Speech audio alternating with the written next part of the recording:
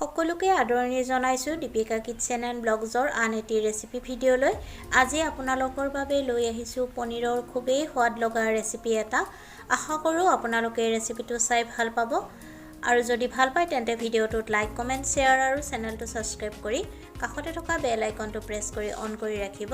তেতিয়াহে মোৰ আহিবলগীয়া ভিডিঅ'ৰ নটিফিকেশ্যনবোৰ আপোনালোকে সৰ্বপ্ৰথমে পাব আৰু যিসকল ভিউৱাৰ্ছে মোক আগতে সাবস্ক্ৰাইব কৰি মোক সহাৰি জনাইছে তেওঁলোকক মোৰ ফালৰ পৰা বহুত বহুত ধন্যবাদ জনাই আজি ৰেচিপিটো আৰম্ভ কৰোঁ আহক।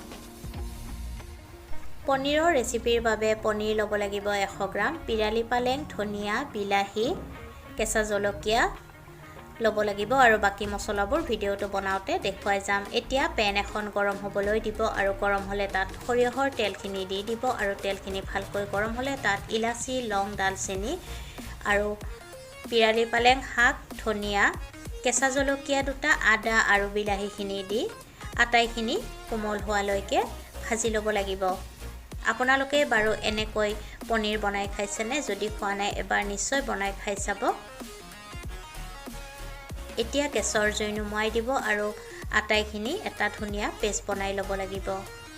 পুনৰ পেনখন ভালকৈ ধুই পখালি তাত সৰিয়হৰ তেল দি দিব আৰু তেলখিনি ভালকৈ গৰম হ'লে শুকান জলকীয়া আৰু পাঁচফোৰণ দি 30 ছেকেণ্ড সময় ভাজি ল'ব।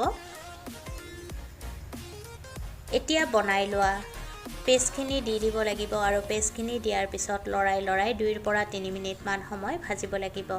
গেছৰ জুই মিডিয়াম ফ্লেমত ৰাখি ভাজিব লাগিব।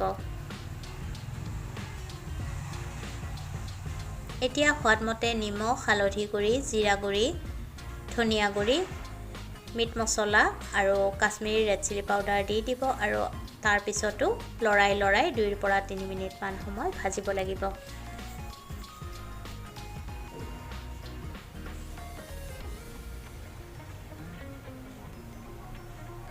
এতিয়া মিক্সি জাৰটো আখলি পানী দি দিব আৰু তাৰ পিছত ভালকৈ মিহলাই উতলিবলৈ দিব। গেছৰ জুই কমত ৰাখি ৰেচিপিটো বনাব লাগিব।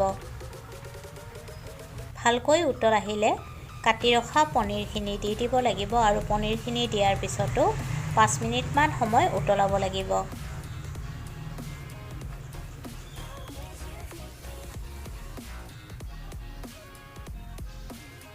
এয়া দেখিছেনে?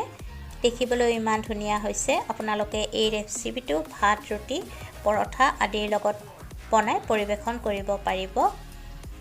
ভালকৈ উতলি জলখন যেতিয়া ঘন হৈ আহিব নুমুৱাৰ আগে গৰম মছলা গুড়ি আধা চামুচ দি দিব আৰু গেছৰ জুই নুমুৱাই আপোনালোকে পৰিৱেশন কৰিব। আৰু পুনৰ উপস্থিত হ'ম এটি নতুন ৰেচিপিৰ সৈতে। আজিলৈকে আহিলোঁ। ভিডিঅ'টো শেষলৈকে চোৱাৰ বাবে আপোনালোকক বহুত বহুত ধন্যবাদ জনালোঁ।